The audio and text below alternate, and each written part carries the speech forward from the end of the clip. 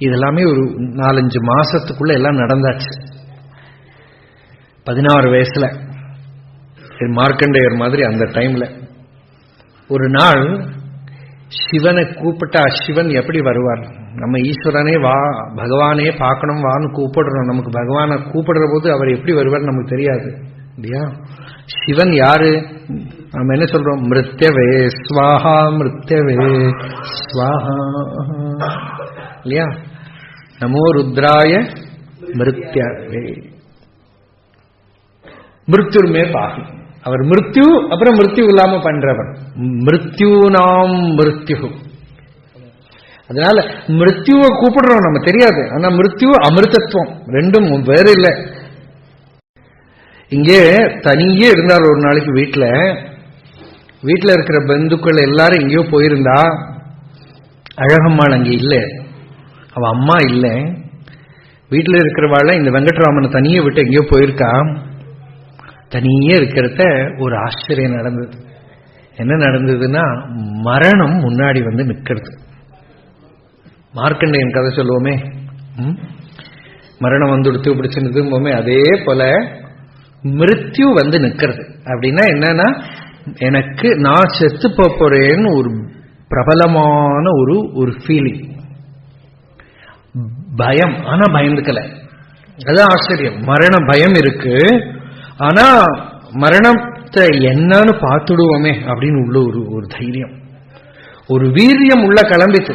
மரணம்னா என்னன்னு பார்த்துடுவோமே அப்படின்னு சொல்லி அந்த பையன் ஒன்னும் படிச்சது கிடையாது, கீதையோ உபனிஷத்தோ ஒன்னும் படிச்சது கிடையாது. தானாவே அந்த பூர்வ தத்ரதம் புத்தி சம்யோகம் லபதே பௌர்வதேகிக்கம் அப்படிங்கிற மாதிரி அங்க எல்லாம் யாருமே இல்லை வீட்டுல, தன் பாட்டுக்கு நிவர்த்து படுத்துட்டு இப்ப மிருத்யு வந்துடுத்து. ஆக்சுவலா மரணத்தை அப்படியே பார்க்கிறார். சரீரம் இறந்து போயிடுத்து, சரீரத்துல ஜீவன் போயிடுத்து, அது ஜடமா எடுத்து அதை எடுத்துட்டு போறா, ஸ்மசானத்துக்கு தூக்கின்னு போறா, எரிக்கிறா. இதெல்லாம் ஒரு தர்சனம், கிளியரா தர்சனம். அந்த தர்சனத்துல சரீரம் எரிஞ்சு போறது, அதெல்லாம் பார்த்துட்டே இருக்கார். இந்த சரீரம் எரிஞ்சு போறது நான் இல்லாம ஆகிறேனா? இந்த சரீரம் இறந்து போற போது நான் இல்லாம ஆகிறேனா? இந்த சரீரம் தான் நானா? இல்ல, சரீரம் எரிஞ்சு போற போது அதுல இருந்து அந்நியமா அதுக்குள்ள நான் நான் நான் நான் ஏதோ ஒண்ணு பிரகாசிச்சுட்டே இருக்கு. அதை தொடவே இல்லை அந்த மிருத்யு. அந்த மிருத்யு சரீரத்தை எரிக்கிறதே தவிர அந்த சரீரத்துக்கு உள்ள அந்தர்யாமியா இருக்கிற அகம் அகம் அகம் அப்படிங்கிற அந்த பிரசன்ஸ், அந்த சந்நிதி இருக்கே, அது தொடவே இல்லை. அதை சுத்தி வர என்ன பண்ணிட்டு இருக்கே தவிர அது பாதிக்கப்படாம நான் இருக்கேங்கிற உணர்வு அது ஃபுல் ஃபோர்ஸோட பிரகாசிச்சுட்டே இருக்கிறத பார்த்தார். அது என்ன அப்படின்னு ஆழ்ந்து உள்ள திரும்பி பார்க்க மனம் அதுல போய் அடங்கி விடுத்து. நான் ஆத்மா, நான் சரீரம் இல்லை, எனக்கு மரணம் கிடையாது, மரணங்கிறது இல்லை, நான் நித்தியமான வஸ்து அப்படின்னு அங்க உட்கார்ந்துட்டோம். என்னவோ நடந்தது, ஒரு மேஜிக். ஒரு பக்கம் மரணத்தை பார்த்தார், இன்னொரு பக்கம் மரணம் இல்லைன்னு தெரிஞ்சுட்டார். ஆக்சுவலா இதுதான் கட்டோபனிஷத். கட்டோபனிஷத் என்ன? நச்சிகேதஸ் யமன் கிட்ட போறான். போய் அந்த கதை பாரதத்துல இன்னொரு விதமா ரொம்ப அழகா வருது. டைரக்டா யமன் கிட்ட அனுப்பினதாக உபனிஷத் சொல்றது. பாரதத்துல கொஞ்சம் வித்தியாசம். அந்த குழந்தைகிட்ட அவ அப்பா கௌதமர் அந்த வாஜஸ்ரவஸ் அந்த யஜ்ஞம் பண்றாரோ இல்லையோ, விஸ்வஜித் இல்லையா, அந்த யஜ்ஞம் பண்றத அன்னைக்கு முடியற சமயத்துல இந்த குழந்தைகிட்ட சொல்றார், நதி தீரத்துல சுருவாதிகள்லாம் அங்க வச்சிருக்கேன், மறந்துட்டு வந்துட்டேன், நீ போய் எடுத்துட்டு வான்னு அனுப்புறேன். இந்த குழந்தை அங்க போறதுக்குள்ள நதி எல்லாத்தையும் அடிச்சுட்டு போயிடுது. நதி அடிச்சுட்டு போயிடுச்சு. இந்த குழந்தை தேடி பார்த்து காணும். திரும்பி அப்பாட்ட சொல்றது கௌதமர் கிட்ட, அங்க ஒன்னும் காணுங்கிறது. ரொம்ப கோபம் வந்துருச்சு. இவர் பசி, சாப்பிடல, அன்னம் இல்லாம இருக்காரோ இல்லையோ, சாப்பிடல, பசி. அப்படியே பாரதத்துல ஒரு கோபத்துல என்ன சொல்றார், மிருத்யும் பசி அப்படின்னு, யமம் பசி அப்படின்னு. ரிஷியோ இல்லையோ அங்கேயே டக்குன்னு விழுந்துட்டான். அப்போ தாபம் தாங்கல. அப்ப சில இருக்க சொல்லி அங்க உட்கார்ந்து இந்த குழந்தைய திருப்பி கூப்பிடுறார். தேவதைகள் எல்லாம் பிரார்த்தனை பண்ண திருப்பி வருது. அப்ப கேட்கிறார், நீ எந்த லோகம் பார்த்தேன்னு கேட்கிறார். அங்க என்ன நடந்ததுங்கிறது ஸ்ருதி சொல்றது, இங்க என்ன நடந்ததுங்கிறது வியாசர் பாரதத்துல சொல்றார். இந்த குழந்தைய பார்த்து நீ என்ன பார்த்த, எந்தெந்த லோகத்தை ஜெயிச்ச, எந்தெந்த லோகத்தை பார்த்தேன்னு கேட்கிற போது இந்த குழந்தை கதை சொல்றது. ஒரு டெத்தோட just entered the world of death and dealt a death blow to death. அப்படி திரும்ப மரணத்தை பார்த்துட்டு மரணம் இல்லாம பண்ணிட்டு வந்துட்டோம் அந்த குழந்தை. கட்டோபனிஷத்துல யமலோகத்துக்கு போய் யமன் கிட்ட கேட்கிறார், மரணம் தான் என்னன்னு கேட்கிறார். மரணத்துக்கு அப்புறம் வாழ்க்கை உண்டா, இல்ல மரணத்தோட முடிஞ்சு போச்சா? ஏயம் பிரேதே விசிகித்சா மனுஷ்யே அஸ்தீத்யேகேனாயம் அஸ்தீதி சைகே ஏதத் வித்யாம் அனுசிஷ்டஸ்வயாஹம் வராணாம் ஏஷ வரஸ்ருதியா. இது யமதர்மன் கிட்ட கேட்கிறார். அவ அப்பா என்ன சொன்னா, உன்னை மிருத்யவே த்வா ததாமின்னுட்டான் இல்லையா? என்னது உஷன்ஹவை வாகஸ்திரவசா. அங்க என்ன சொன்னார், கஸ்மை மாம் தாசிசி மிருத்யவே த்வா ததாமி. உனக்கு 2 வாட்டி 3 வாட்டி திருப்பி திருப்பி கேட்டான். அப்ப மிருத்யவே த்வா ததாமின்னுட்டார், மிருத்யுக்கு கொடுக்கிறேன்னுட்டார். ஆக்சுவலா நம்ம அப்பா எல்லாம் சொல்லியிருக்காது. எப்போனா பூனல் போடுற போது குழந்தை கைய பிடிச்சு மிருத்யவேத்வா பரிததாமி அந்தகாயத்வா பரிததாமி. ஆக்சுவலா பார்த்தா உபநயனமே கட்டோபனிஷத்து தான். ஒன்னும் கௌதமன் மாத்திரம் சொல்லல, நம்ம எல்லாம் பூனல் போட்டுக்கிற போது நம்ம கையை பிடிச்சிருந்து மிருத்யவேத்வா பரிததாமி அந்தகாயத்வா பரிததாமின்னு சொல்லியிருக்கோம். அக்னி ஆச்சாரியஸ்தவ இல்லையா, அதுதான் நாச்சிகேத அக்னி. நாச்சிகேத அக்னி சைனத்தோட கன்ஃபியூஸ் பண்ணிக்கப்படாது, அது உபாசனா அக்னி. அங்க இதெல்லாம் சொல்லி பார்த்தோம்னா மிருத்யுவை போய் பார்த்துட்டு வர்றது எல்லாருமே பயப்படுவான் இல்லையா? மிருத்யுனாலே நமக்கு ஒரு பயம், ஐயோ பேசாதுங்க. மரணம்னாலே பயம், அதை பத்தி பேசாம இருக்கணும்னு நினைச்சுக்கிறோம். ஆனா பாகவதமும் பார்த்தா மிருத்யு தானே. அந்த அந்த பரீட்சித்து மிருத்யுவை வெயிட் பண்ணிட்டு இருக்கிற 7 நாள் தான் பாகவதம்ங்கிற உபனிஷத். அதே போல இங்க பகவானோட லைஃப பார்த்தோம்னா, மகர்ஷி லைஃப் பார்த்தோம்னா மிருத்யுக்குள்ள போயிட்டு வெளியில வந்தார். மரணம் இல்லை. ஆனா ஆச்சரியம் என்னன்னா, வீட்டில் இருக்கிற பந்துக்கள்லாம் எங்கேயோ கோவிலுக்கோ எங்கேயோ போயிட்டு திரும்பி வந்தா. போற போது அந்த பையன் இருந்தான், திரும்பி வர பார்க்கறது அந்த ஆளே காணோம். ஒரு தேஜோமயமா ஒரு மூர்த்தி. அவ சித்தி அவ அண்ணா எல்லாம் பார்த்து ஆச்சரியப்பட்டு போயிட்டா. என்ன அவெல்லாம் பின்னால சொன்னா, என்ன பெரிய ஒரு வித்தியாசம் தெரிஞ்சது என்னன்னா, கண்ணை திறந்துன்னு தான் இருக்கார் பெரும்பாலும். எப்பவும் கண்ண மூடின்னு எல்லாம் இருக்கல, ஆனா அப்பப்ப கண்ண மூடின்னு அப்படியே உட்கார்ந்துடுவார். கண்ணை திறந்தாலும் அனிமேஷ லோச்சனன் ஆயிட்டார். கண்ணு இமைக்கிறது இல்லை. there was no winking of the eyes. அந்த நிச்சலமா அச்சலமான அந்த தேவயோனிங்கிற மாதிரி, அந்த மாதிரி அச்சலமான ஒரு நிலை எல்லாரும் பார்த்துட்டே இருந்தா.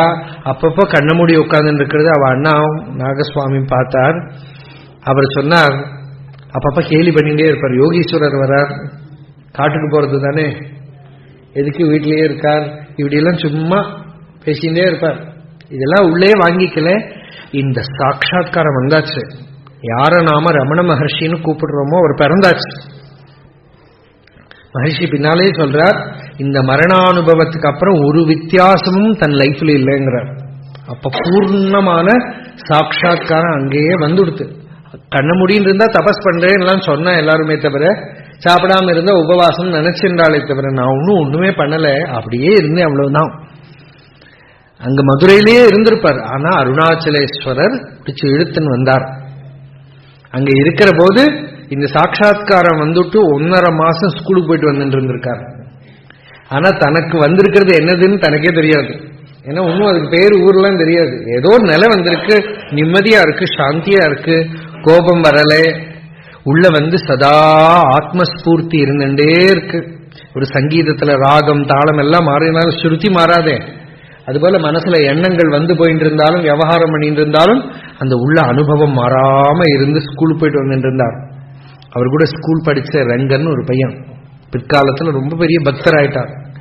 அந்த ரங்கன் பின்னால திருவண்ணாமலையில வந்து மகர்ஷியை பார்த்து, பகவானே அந்த சாட்சா்காரம் வந்தப்புறம் நீங்க எங்கூட ஸ்கூலுக்கு வந்திருக்கீங்க, நான் கூட பார்த்தேன் அந்த வித்தியாசமான ஒரு நிலை. முன்னாடி இருந்த வெங்கட்ராமனும் அடுத்த நாளைக்கு ஸ்கூலுக்கு போற போது பார்த்தா வேற யாரோ ஆளு. அது ஈஸ்வர ஸ்வரூபம் தானே. பார்த்தேன், ஆனா எனக்கு ஏதோ வந்திருக்குன்னு தெரிஞ்சது, எனக்கு புரியல, எங்கிட்டையாவது சொல்லியிருக்கப்படாதான்னு. அப்போ என்ன சொன்னாரு தெரியுமா, எனக்கே தெரியாதேப்பா. நான் என்ன நினைச்சேன், நல்ல சௌக்கியமா ஏதோ ஒரு வியாதி வந்திருக்கு,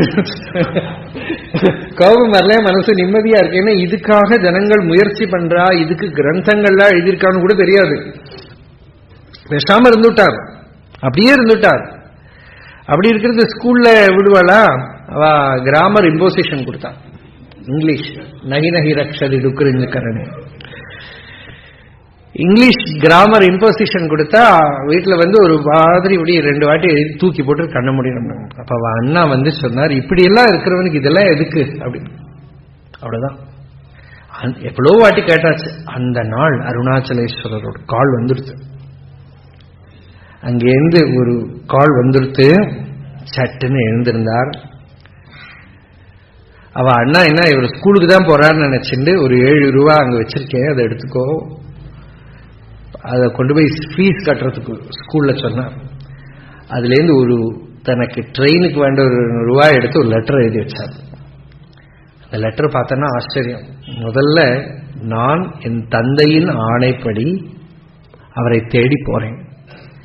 2வது லைன், இது ஒரு நல்ல காரியத்துக்காகத்தான் கிளம்பி இருக்கு, நான் போய் இது ஆயிடுது, இது தேடின்னு நீங்க கஷ்டப்படாதீங்க, இதுல மிச்சம் பணம் இதுல வச்சிருக்க எல்லாம் சொல்லி லாஸ்ட்ல பேர் இல்லை, ஒரு கோடு தான், நாமம் கெட்டால்.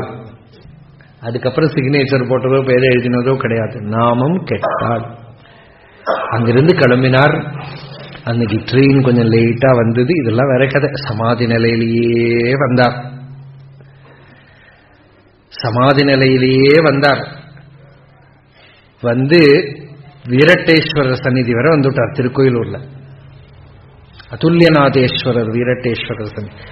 அங்க வந்து ஒன்னும் பக்ஷணம் எல்லாம் கிடைக்கல, யாரும் கொடுக்கல, சாப்பாடுலாம் கொடுக்கல. அதுல்யநாதேஸ்வரர் கோவிலுக்குள்ள போய் அப்படி வெளியிலேருந்து பார்த்தா ஒரு ஜோதி பழம்பு. அங்கதான் ஞானசம்பந்தருக்கும் அருணாச்சலேஸ்வரர் ஜோதி பழம்ப தரிசனம். அங்கேருந்து தான் திருவண்ணாமலை பார்த்தார். நேற்று சொன்னேனே கதை, நேற்று தானே சொன்னேன்.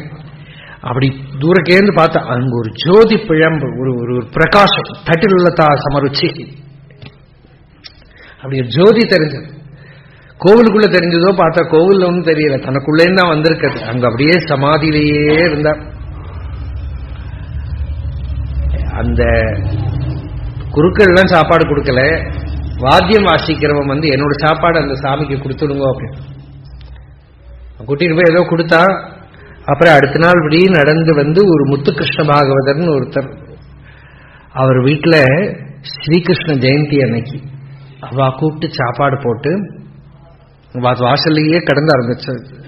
அந்த தலைநேற்றுக்கு வாங்கின சாப்பாடோடு படுத்துன்னு அப்படியே அந்த முறிச்ச போட்டு விழுந்துட்டு அவ வீட்டில் கூப்பிட்டு அவ பக்ஷணம் கொடுத்து, என்னப்பா நீ எங்க போறேன்னு கேட்டா ஒன்னும் சொல்ல தெரியல, திருவண்ணாமலை போறேன்னு சொல்லலை, ஆனா பணம் வேணும் ட்ரெயின்ல போறதுக்கு, கையில பைசா இல்லை, காதல இருக்கிற கடுக்கனை அவளுக்கு கொடுத்து அவர் ஏதோ பணமும் கொடுத்து எழுதியெல்லாம் கொடுத்தார் திருப்பி எடுத்துக்கிறதுக்கு. அதை யாருக்கு அவலைப்படுறான், தனக்கு வேண்ட பணத்தை மித்திரம் எடுத்துன்னு அங்கிருந்து ட்ரெயின்ல திருவண்ணாமலை வந்தார். நடுப்புல ஒரு 19 மைல் நடந்தார். அப்படியே திருவண்ணாமலை வந்து 1896 செப்டம்பர் 1ஆம் தேதி அருணாச்சல கஷேத்திரத்துக்குள்ள வந்து இறங்கினார். தூரக்கேந்து அண்ணாமலையை பார்த்தார். அதுதான் அச்சலமா கண்டேன். தூரக்கேந்து அண்ணாமலையை பார்த்தார். பார்த்ததுமே தன்னல கரைஞ்சு. ஏன்னா இது வரைக்கும் மகர்ஷிக்கு வந்து இது வந்து மலை அப்படிங்கிற ஐடியா கூட இருந்ததோ தெரியல. அருணாச்சலம்னு இருந்ததே தவிர அது என்னன்னு தெரியல. அச்சலமா கண்டேன். அந்த மலையை பார்த்ததும் மனம் உள்ள போயிடுத்து. நான் என்னது, நான்கிறது என்னன்னு உள்ள நாடி கண்டவன் எவன் என கருத்திருநாட கண்டவன் இன்றிட நின்றது கண்டேன். கண்டவன்கிற அபிமானமே இல்லாம உள்ள ஆத்மஸ்வரூபம் பிரகாசிச்சது. அங்க வந்தார்.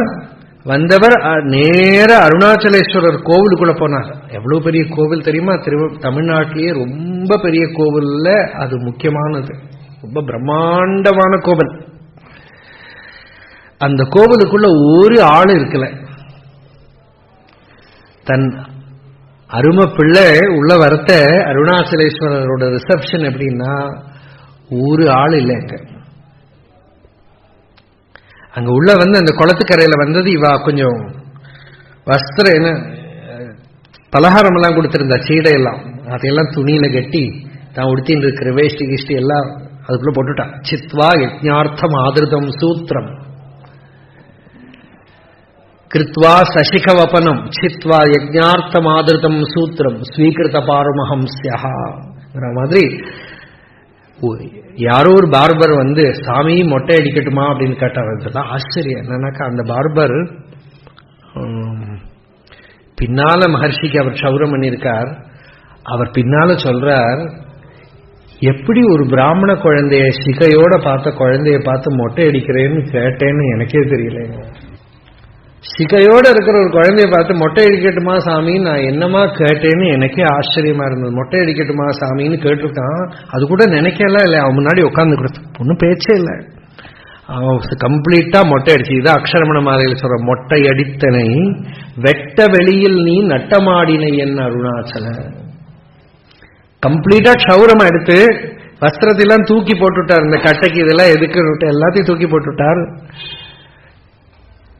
கோமணம் மட்டும்தான், குளிக்கல. குளத்துக்கரையில தான் ஷவுர் நடந்திருக்கு. அங்கே குளிக்கலாமோ இல்லையோ நினைப்பே இல்லை, ஸ்நானம் பண்ணுங்கிற நினைப்பே இல்லை. நேர கோவிலுக்கு போனா ஒரு வருஷமா மழை இல்லை திருவண்ணாமலையில. கரெக்டா அந்த நாள் ஒரு மழை பெஞ்சது, அப்படியே நனைச்சது. அந்த மழை நனைஞ்சுட்டே நேர அருணாச்சலேஸ்வர சந்நிதி உடம்பெல்லாம் எரிஞ்சுட்டு இருந்தது. எனக்கா மதுரையில் அந்த அனுபவம் வந்ததுக்கு அப்புறம் அந்த அனுபூதி சரீரத்தை எரிச்சுட்டே இருந்தது. ராமகிருஷ்ணன் வாழ்க்கையில கூட உண்டு அது மாதிரி, உடம்பெல்லாம் எரிஞ்சிட்டு. அப்புறம் தான் அந்த சந்தனத்தை எல்லாம் போட்டு எல்லாம் பண்ண அந்த பைரவி பிராமணிங்கிறவ. ஆனா இவருக்கு யாரும் குரு கிடையாது, வெளிப்படையா அண்ணாமலையாரே தான் குரு. அதனால அது ஒன்றும் கண்டுக்கவே இல்லை, உடம்பு எரிஞ்சுட்டு இருந்து. அதோட நேர கோவிலுக்குள்ள போனார். யாரும் இல்லை, ஸ்ரீ கோவிலுக்குள்ளேயே போனார். லிங்கத்தை போய் ஒரு கட்டு கட்டினார். அப்பா உன் ஆணைப்படி வந்தேன், உன் இஷ்டம் என் இஷ்டம். அந்த வாழ்க்கையில அதுக்கு மேல தன் இஷ்டமே கிடையாது. அதுக்கப்புறம் தன்னோட சங்கல்பம் கிடையாது, தன் இஷ்டம் கிடையாது, தனக்காக ஒரு மூமெண்ட் கிடையாது. அந்த சத்தியம் தான், நம்ம உன்னோட இஷ்டம் என்னோட இஷ்டம், முடிஞ்சு போச்சு. அதுக்கப்புறம் வெளியில அந்த எரிச்சல்லாம் அங்க போயிடுச்சு. அந்த லிங்கத்தை எப்ப ஆலிங்கனம் பண்ணிட்டாரோ எரிச்சல்லாம் போயிடுச்சு. நின் நெறி எரித்தனை நீராக்கிடும் முன் நின் அருள் மழை பொழி அருணாச்சல. அப்படி அந்த ஸ்ரீகோவிலேருந்து வெளியில வந்தார். வந்து 1000 மண்டபம்னு இருக்கு. இன்னைக்கு பார்த்தா ரொம்ப அழகா இருக்கு கோவிலுக்குள்ள. அன்னைக்கெல்லாம் பொழிஞ்சு இடிஞ்சு பொழிஞ்சு பாம்பு பல்லியோட கடந்து அங்க வந்து வெளியில வந்து அப்படியே சமாதியில ஆழ்ந்து உட்கார்ந்துட்டார். மகர்ஷி வரத்துக்கு கொஞ்சம் வருஷம் முன்னாடி காஞ்சிபுரத்திலேருந்து திருவண்ணாமலைக்கு ஒரு பெரிய சித்த புருஷர் வந்திருந்தார், சேஷாத்ரி சுவாமிகள். அவர் வந்து வித்தியாசமானவர், பைத்தியம் மாதிரி காட்டுவார், பைத்தியம் மாதிரி அலைஞ்சண்டே இருப்பார். நல்ல சாஸ்திரஜர், மகா வித்வான். ஆனா ஏதோ உளருவார், கிறுக்கு மாதிரி பேசிட்டு இருப்பார். அவரை யாருக்கும் பார்க்கவும் முடியாது, அவரா நினைச்சா தான் பார்க்க முடியும். அவர் திருவண்ணாமலை எல்லாம் சுத்தின்னு இருந்தார் சேஷாத்ரி சுவாமிகள். அவரை பத்தி அவரை காஞ்சிபுரத்துல அவர் பிறந்த ஊர்ல அவருக்கு அந்த உதயம் வந்தப்புறம் அந்த வீட்டுக்குள்ளேருந்தே சோனாத்ரிநாதான்னு கத்தின்னு இருப்பான். சோனாத்ரிநாதான் அருணாச்சலாங்கிறதுக்கு சோனாத்ரிநாதான்னு கத்தின்னு இருப்பார். அப்பா ஸ்ராத்தம் வந்தது. ஸ்ராத்தத்துக்காக அவரை பிடிச்சு, இவர் ஒன்னும் பிரதட்சண நமஸ்காரத்துக்கு கூட இருக்க மாட்டாரு போல் இருக்குன்னு தெரிஞ்சுட்டு அவ வீட்டுக்காரா என்ன பண்ணா, பிடிச்சு ஒரு ரூம்ல போட்டு பூட்டி வச்சு இவ ஸ்ராத்தம் பண்ணிட்டு இருக்கா. ஏன்னா பைத்தியம் மாதிரி ஸ்மசானத்துல போய் உட்காந்துக்கிறாரு, அங்க போய் உட்காந்துருக்காரு காஞ்சிபுரத்துல. எங்கேயாவது ஓடி போயிடாம இருக்கணும்னு விட்டு ஸ்ராத்த நாளைக்கு பிடிச்சி ரூம்ல பூட்டி வச்சிருக்கா. அப்புறம் தேவையான சமயத்துக்கு திறந்து பார்த்தா அளக்கணும். கதவெல்லாம் பூட்டியேதான் இருக்கு. இவர் எந்த வழியா வெளியில போனான்னு தெரியல. அப்படி கிளம்பி வந்தவர் தான் திருவண்ணாமலைக்கு வந்தவர். இப்படியே சுத்தின்றே இருக்கார். அவர் அருணாச்சலேஸ்வரர் கோவிலுக்குள்ள வந்தார். பார்த்தா தேஜோமயமா ஒரு பாலன் 16 வயசு அப்படியே சமாதி நிலையில உட்கார்ந்துருக்கார் ஆயிரங்கால் மண்டபத்துல. சுவாமிகள் வந்து பக்கத்துல வந்து பார்த்தார், சுத்தி வந்து பார்த்தார். அவரோட ஒரு நிலை உண்டு, அந்த நிலையில வந்தார், பார்த்தார். அவருக்கு யாரை பார்த்தாலும் மனசெல்லாம் தெரிஞ்சிடும். கோயம்புத்தூர்ல இருந்து ஒரு பெரிய பணக்காரர் சேஷாத்ரி சுவாமிகளை பார்க்கறதுக்குன்னு திருவண்ணாமலைக்கு வந்தார். ஏதோ அவருக்கு உடம்பு வியாதி கஷ்டம். யாரோ சொன்னா சேஷாத்ரி சுவாமிகளை பார்த்தா எல்லாம் நிவர்த்தி ஆயிடும். இவர் ட்ரெயின்ல வந்து இறங்கினது ஒரு பிச்சைக்காரன் வந்தான். பிச்சைக்காரன் வந்து ஏப்பா ஒரு 4 நாள் கொடு அப்படின்னு. இவர் நல்ல உடம்பு ஆரோக்கியமா இருக்கு, வேலை பண்ணி உழைச்சு சம்பாதிச்சு சாப்பிடக்கூடாது அப்படின்னு விரட்டி விட்டார். அப்புறம் போய் அங்க போய் ஒரு ரூம் எல்லாம் எடுத்துட்டு யார்கிட்டயோ கேட்டார், சேஷாத்ரி சுவாமிகளை எங்க பார்க்கலான்னு அந்த சத்திரக்காரர்கிட்ட கேட்டா, அண்ணாமலையார் கோவிலுக்குள்ள கம்பத்திளையனார் சந்நிதியில இருப்பார், போய் பாருங்க. கம்பத்திளையனார் சந்நிதியில போனா அங்க யாரோ ஒருத்தர் உட்காந்து சேஷாத்ரி சுவாமிகள் இருக்காரு, இப்பதான் போனார் இங்கிருந்து அப்படின்னு. தேடிண்டே போனா அவ எங்க கிடைப்பார், எச்சமானு ஒரு பாட்டி உண்டு, அவ வீட்டுல சமையல் பண்ணி போடுவா, அங்கதான் சுவாமிகள் சாப்பிடுவார், அங்க போய் பாருங்க. அந்த பாட்டி வீட்டுல போனா அந்த பாட்டி சொன்னா, இன்னைக்கு என்னவோ தெரியல கையிலேயே வாங்கிட்டு போயிட்டாரு, இப்பதான் போனார்னா. யார்கிட்டயோ கேட்டா இப்ப மலை மேல இப்படி ஏறி போறதை பார்த்தேன்னா இவர் மலை மேல ஏறி போனார். இப்ப ஏதோ பெரிய வியாதி இவருக்கு, எப்படியோ சுவாமிகளை பார்த்தாகணும். மலை மேல போனா அங்கேயும் காணும். 3 நாள் சுத்தினதுக்கு அப்புறம் ஒரு டீ கடைக்காரன் சொன்னா, நீங்க ஏதோ தப்பு பண்ணிருக்கிறது தான் காணவே மாட்டேங்கிறது. மனசால வேண்டிங்க, மனசால பிரார்த்தனை பண்ணிட்டு சுவாமி எனக்கு உங்க தரிசனம் கிடைக்கணும், என்ன தப்பு பண்ணியிருந்தாலும் மன்னிச்சுங்கன்னா, யாரும் சொன்னதோ தெருவில் இருக்கார் பாருங்க, ரோட் சைட்ல உட்கார்ந்துட்டு இருக்காரு. ரோட் சைட்ல உட்கார்ந்து 4 பேர் சுத்தி உட்கார்ந்துட்டு இருக்காரு. இவர் போய் பார்த்தா ரயில்வே ஸ்டேஷன்ல 4 அணா கெட்டவர் தான். ரயில்வே ஸ்டேஷன்ல ட்ரெயின்ல இறங்கினப்ப யாரு வந்து 4 அணா குடு கெட்டவரோ அவர் தான் உட்கார்ந்துட்டு இருக்காரு. தூக்கி வாரி போட்டு, ஐயோ சுவாமி அபராதம் தெரியல, நீங்க தான் வந்தேன்னு தெரியல, மன்னிச்சுக்கணும் மன்னிச்சுக்கணும், நீங்க தான் கேட்ட. ஓ சுவாமி ஆனா தான் கொடுக்கணுமோ? சுவாமிக்கு ஷாலு, வாழைப்பழம், மாதுளம்பழம் எல்லாம் எடுத்துன்னு வந்திருக்க, பிச்சைக்காரனா கொடுக்கப்படாதோ? எல்லாருலையும் சுவாமியை பார்க்கணும். அது ஒரு பாடம். அப்புறம் அந்த சுவாமிகள் சேஷாத்ரி சுவாமிகள் இப்படி திருவண்ணாமலையில பைத்திய மாதிரி சுத்திண்டே இருப்பார். நிறைய பேருக்கு அப்படி அனுகிரகம் பண்ணியிருக்கார். நான் ஒரு டெல்லி போனேன், அது வந்து 1896லயோ 1897லயோ டெல்லியில பிரவச்சனம். அப்போ ஒரு வயசானவர், 100, அவர் வந்து ஒரு கதை சொன்னார். இந்த திருவண்ணாமலை தான் எனக்கு ஊரு, வாசல்ல எங்க அம்மா கையில பிசைஞ்சு கொடுத்துட்டு இருந்தா, அப்ப சேஷாத்ரி சுவாமிகள் இப்படி தெருவில் வந்தார், வந்து எங்க அம்மா கிட்டக்கு வந்து உட்கார்ந்துட்டு அவரும் கையில வாங்கிட்டார், சாப்பாடு வாங்கிட்டார். வாங்கி சாப்பிட்டுட்டு என்ன முதுகுல ஒரு தட்டு தட்டி, 100 வயசு இருப்பேடா அப்படின்னு தட்டிட்டு போனார். நான் பாக்குறது அவருக்கு 100 வயசு.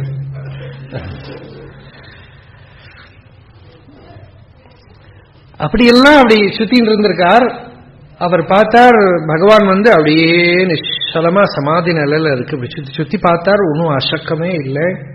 அப்பப்ப வந்து கவனிப்பார். ஆனா இந்த பசங்கள்லாம் இருக்கு, ரொம்ப விஷமம் பண்ற பசங்கள்லாம் கல்லை விட்டு எறியறது, சுவாமிகளும் பின்னால துரத்திலே இருப்பாவா, வைத்திய மாதிரி நடக்கிறாரோ இல்லையோ. அவளும் இங்க வந்து பார்த்தா ஏதோ ஒரு சின்ன சேஷாத்ரி வந்திருக்கு அப்படின்னு மகர்ஷி மேலையும் கல்லை விட்டு வீச ஆரம்பிச்சா. புது சுவாமி மேலையும் அன்னைக்கு யாருன்னு தெரியாது இவருக்கு, பாலசுவாமின்னு கூப்பிட்டு இருந்தா, பிராமண சுவாமின்னு கூப்பிட்டு இருந்தா, கல்லை விட்டு வீச. கொஞ்ச நாள் அப்படி எல்லாம் துரோகம் பண்ணா எங்க போனார்னே தெரியல. அப்புறம் அந்த ஆயிரங்கால் மண்டபத்துக்குள்ளேயே ஒரு பாதாளம் குகை இருக்கு, அங்க ஒரு லிங்கம் இருக்கு. அங்க பாம்பு, தேளு, எலி, பெருச்சாழி இதெல்லாம் தான் இருக்கும். அதுக்குள்ள போய் உட்கார்ந்துட்டான், தன்னை மறந்து சமாதி நிலை. எத்தனை நாள் அதுக்குள்ள இருந்தார் தெரியாது, சில வாரங்கள் மாசங்கள் இருந்திருக்கலாம். அங்க இருக்கிறது ஒரு நாளைக்கு அந்த தோட்டத்துல வேலை பண்றவன் ஒரு வெங்கட்ரமண முதலியார்னு ஒருத்தர், அவர் பார்த்தா சேஷாத்ரி சுவாமிகள் இந்த இருட்டு குகைக்குள்ள இருந்து வெளியில வர, அடிக்கடி போய் பார்த்துட்டு வந்துட்டு இருக்கார். அவர் வெளியில என்ன சுவாமி அதுக்குள்ளேருந்து வர்றது அப்படின்னு திருவண்ணாமலை அப்படிதான் கேப்பா, வருது அப்படின்னு. உள்ள ஒரு சின்ன சாமி இருக்கு, போய் பாரு, சுசுரூஷ பண்ணு, பெரிய புண்ணியம் கிடைக்கும் அப்படின்னு போயிட்டார் அவர். இவ நேர உள்ள போய் பார்த்தா இங்கேந்து கீழே இருக்கிறதெல்லாம் இந்த பிராணிகள்லாம் கடிச்சிருக்கு, காலெல்லாம் அப்படியே இங்கெல்லாம் கடிச்சு எல்லாம் திரவிச்சு படுத்து, ஒரு பிரச்சனை இல்லை, அப்படியே அச்சலமா இருக்கும். தூக்கி எடுத்துட்டு வெளியில கொண்டு வந்தா அந்த சுப்பிரமணியர் கோவில் இருக்கு, அருணகிரிநாதர் ஆட்கொண்ட இடம், அங்க கொண்டு வந்து வச்சா. பார்த்தா இங்க எல்லாம் சீஞ்சு போயிருக்கு, ஒன்றும் பாக்கிய பிரச்சனை இல்லை. சாப்பாடு தண்ணி இல்லாம எத்தனை நாள் ஆச்சு தெரியாது. சுப்பிரமணிய சுவாமிக்கு அபிஷேகம் பண்ற பாலை எடுத்துன்னு வந்து வாயில விட்டு அது இப்படி வெளியில போறதே தவிர உள்ளொன்னு நிக்கல. அந்த குருக்கள் தினமும் கொஞ்சம் பழம் போட்டு இது போட்டு பாலை போட்டு தினமும் கொஞ்சம் கொடுக்கறது இப்படி ஆரம்பிச்சது. அப்புறம் உள்ள மெதுவா அங்கிருந்து மெதுவா எழுந்திருந்து நடந்தார். ஒரு இலுப்ப மரத்துக்கு கீழே போய் கோவிலுக்குள்ள உட்கார்ந்துட்டார்.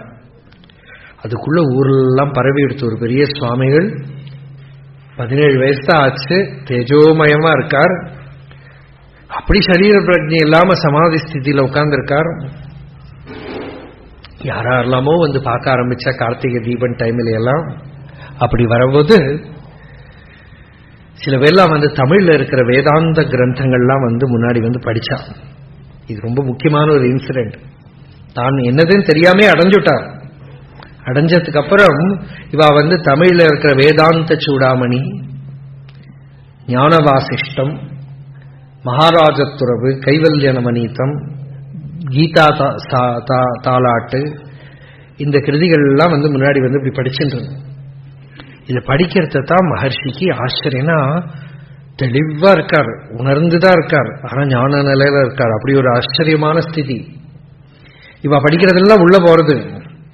அப்போ தான் அடைஞ்சத பகவான் பின்னால சொல்ற, நம்ம கதையத்தானே இவ படிக்கிறான்னு.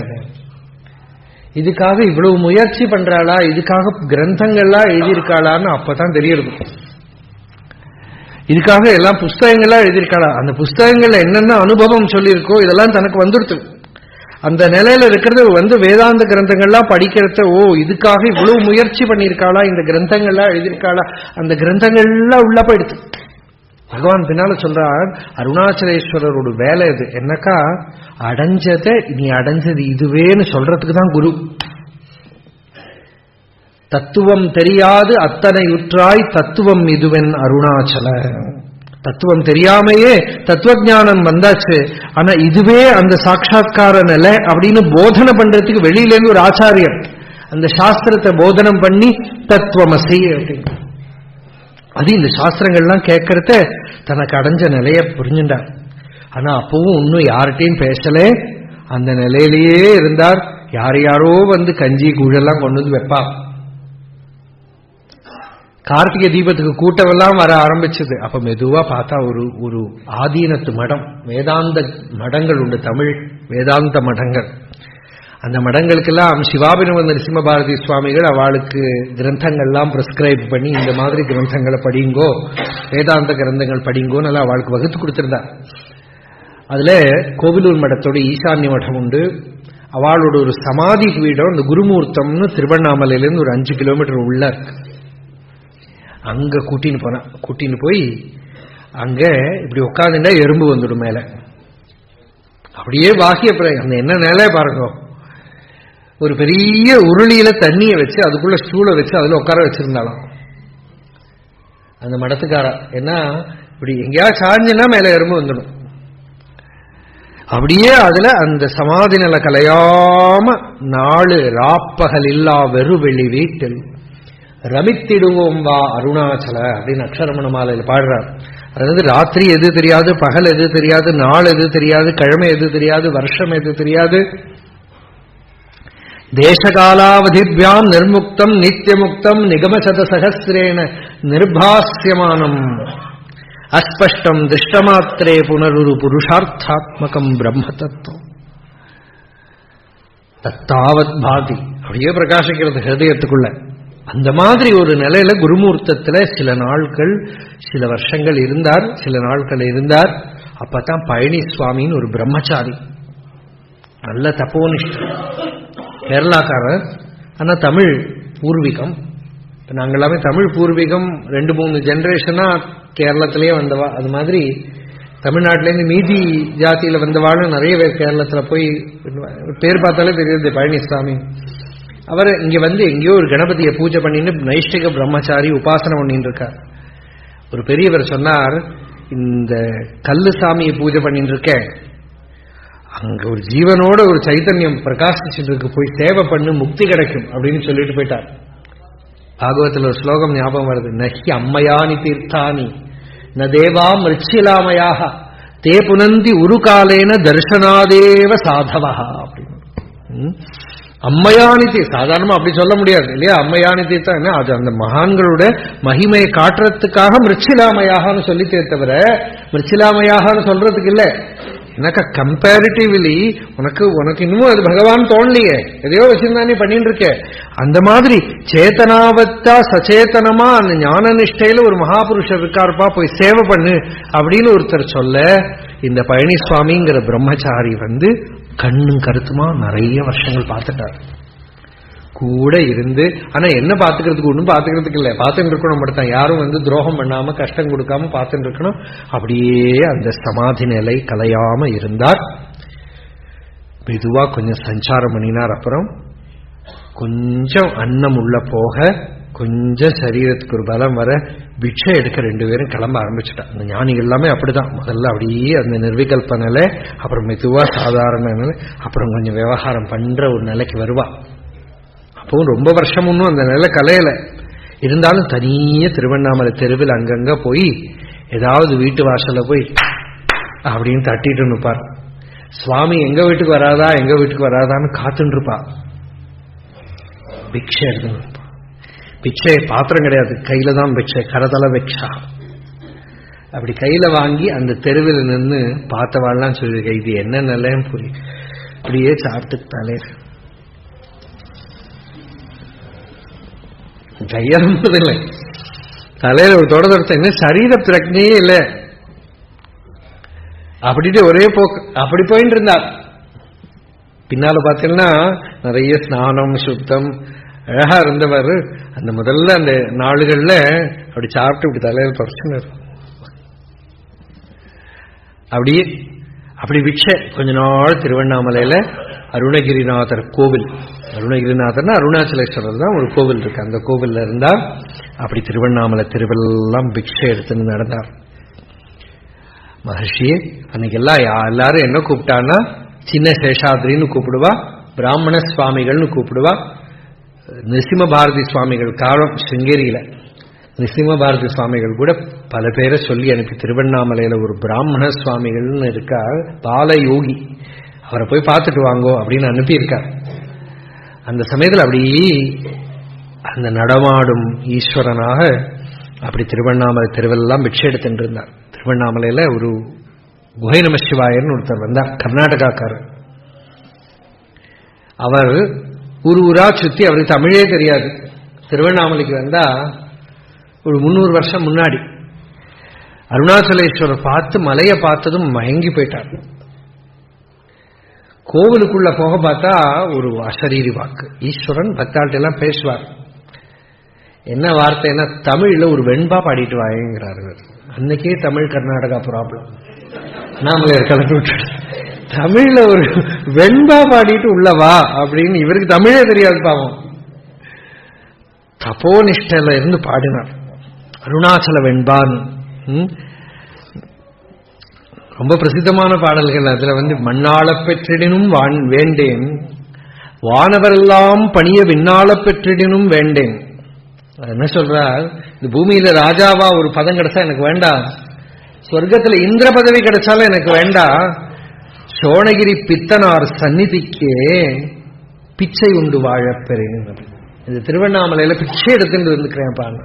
பிச்சாடனரா ஈஸ்வரரே நடக்கிறாரோ இல்லையோ, அதனால இங்க பிச்சை எடுத்துட்டு இருந்துக்கிறேன், வேற ஒன்றும் வேண்டாம். அந்த மாதிரி அந்த திருவண்ணாமலை தெருவில் எல்லாம் பிச்சை எடுத்தார். நக்கராகி நயந்து ரமணரே புக்கு பிச்சை புலம்பித் தெரிவதே. முருகனார் சுவாமி கூட பாடினார், தெருவில் ஒவ்வொரு இடத்துலையும் நடந்து பிக்ஷை எடுத்தியே. நக்னமா, நக்னம் கௌபீனம் கூட ரொம்ப நாளைக்கு இருக்கல. ஒரு கௌபீனம் எத்தனை நாளைக்கு தாங்கும்? அப்புறம் ஒரு குருக்கள், கோவில் குருக்கள் நிர்பந்தமா கௌபீனம் கட்டி விட்டார். சுவாமி நீங்க கௌபீனதாரியாவது சஞ்சாரம் பண்ணணும், இல்லாட்டா சதாசிவ பிரமேந்திரால் மாதிரி அது கூட இல்லாம தான் சஞ்சாரம். அந்த கோவில் குருக்கள் சிவாச்சாரியார் கௌபீனத்தை கட்டி விட்டார். கௌபீனதாரியா அப்புறம் சஞ்சாரம் பண்ணிட்டு இருந்தார். அப்படி அந்த திருவண்ணாமலை தெருவெல்லாம் சஞ்சாரம் பண்ணினார். அப்புறம் மெதுவா மலை